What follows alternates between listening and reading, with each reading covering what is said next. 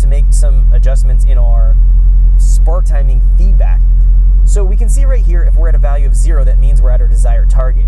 If we're at a positive value here, an idle RPM error, that means that we're idling higher than a desired target. So right now we're idling here about 1300, so we're about 150 RPMs higher than a desired target idle speed.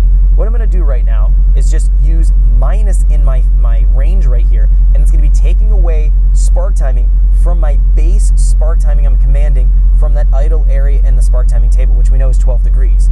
So at 250 RPM overstep, I'll allow it to take away 10 degrees of timing. Between 0 to 250 here, we'll highlight, and we'll use X. That's going to linearly interpolate. Now when I made that change right here, notice that the spark timing feedback here is about 5-6 degrees, and that our engine RPM definitely dropped a little bit, dropped about maybe 50 RPM. So we're closer to the target, but we're not there yet. So looking at this, let's just do the same thing. If we undershoot the idle, so that would be if we're 200 RPMs below, we'll add up to 10 degrees of timing, and then we'll go between here and we'll do X, and then Shift Control C and commit the change. So now we have more of an instantaneous spark timing feedback to correct against our idle area here in our table of 12 degrees, and then we have that further refinement in the PID adjustment to go in and add or subtract that timing very quickly to get us to the desired target. Now we're still overshooting the desired target. So what do we need to do? Let's jump in here and let's change our base idle spark timing down to 10 degrees. Now when we do that, our idle speed dropped a little bit more. We might need to drop it down even a little bit more. Let's go to 8 degrees.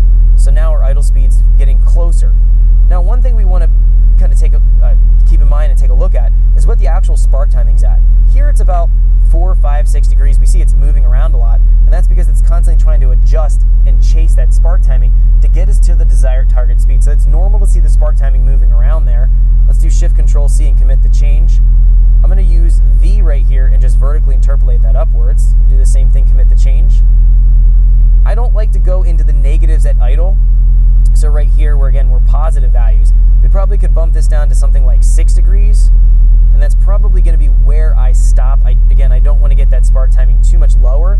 Here we're about 2, 3, 4 degrees, 5 degrees. We see it's moving around. That's perfectly normal. What I am going to do here is just copy the changes I made in my Spark Table 1 to Spark Table 2, because we do have Flex Fuel enabled and we have the ability to interpolate. So that way my spark time is going to be just consistently running the same spark timing between the two tables if it is interpolating. Thanks for checking out our teaser clip. If you want to see the rest of this video and more than 500 hours of current EFI training we have to offer, make sure you click right here. If you want to go and check out more teaser clips from this training course, click here, and you don't want to miss any of the videos we're going to be releasing on this channel, so make sure you subscribe and click here. Thanks for watching, and I'll see you guys later.